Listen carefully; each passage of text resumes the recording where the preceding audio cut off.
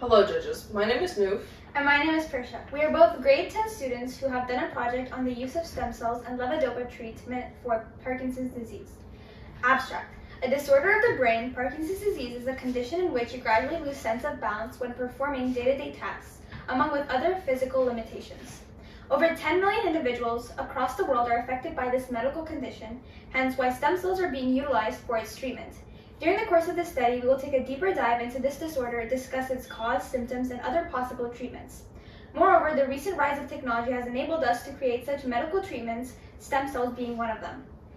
Stem cells we will be discussing throughout our study include ESCs, iPSCs, and MSCs. Thus, our objective is to determine which is more efficient to treat Parkinson's disease, through a criteria which includes factors such as pros and cons, side effects, success rates, and familiarity, along with the existing treatment, levodopa. Parkinson's disease. This is a brain disorder most prevalent in people around 60 years old.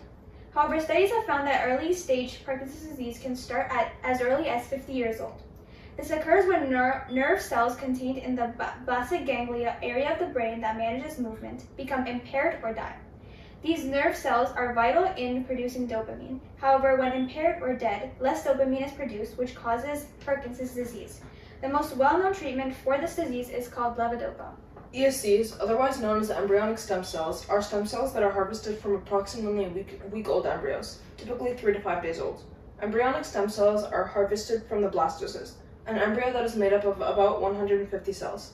ESCs are especially significant due to this fact. Their ability to change and transform into any cell makes them incredibly useful in treating this disease. These cells could be developed theoretically into bone marrow, muscle, and tissue, which is extremely useful in cell-based disease and treatment. iPSCs, also known as induced pluripotent stem cells, are a form of pluripotent stem cells directly generated from a somatic cell, any cell in the body other than reproductive ones. Moreover, they are known for having no ethical issues compared to ESCs, hence it is a great alternative.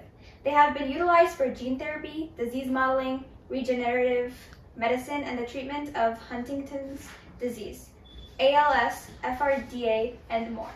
Mesenchymal stem cells are adult stem cells isolated from different sources that can differentiate into other types of cells. Typically, when dealing with MSCs and human stem cells, these sources can include bone marrow, amniotic fluid, umbilical cords, and fat tissue.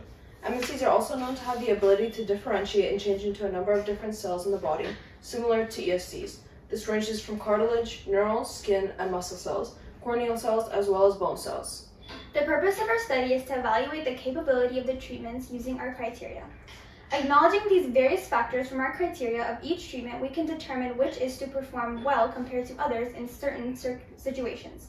In order to answer this study's question, there isn't one fit treatment for Parkinson's disease in all situations. Beginning with levodopa, this treatment has been thoroughly researched and administered to many Parkinson's disease patients throughout these years. When looking through our table, we noticed that although it presented many severe side effects, there are a wide range of pros, the biggest being its familiarity. Moving on to iPSCs, although not as researched as levodopa, the information gathered thus far regarding the use of iPSCs for treatment of Parkinson's disease has been promising. Our criteria collected a number of advantages, very few concerning side effects, and iPSC treatment could be a great option for less severe cases of Parkinson's disease, the reason being that levodopa is a treatment we are most familiar with, hence, using it for more severe cases is safer. Another case where iPSCs can be utilized is for patients who are unable to receive levodopa or in instances where levodopa treatment is ineffective.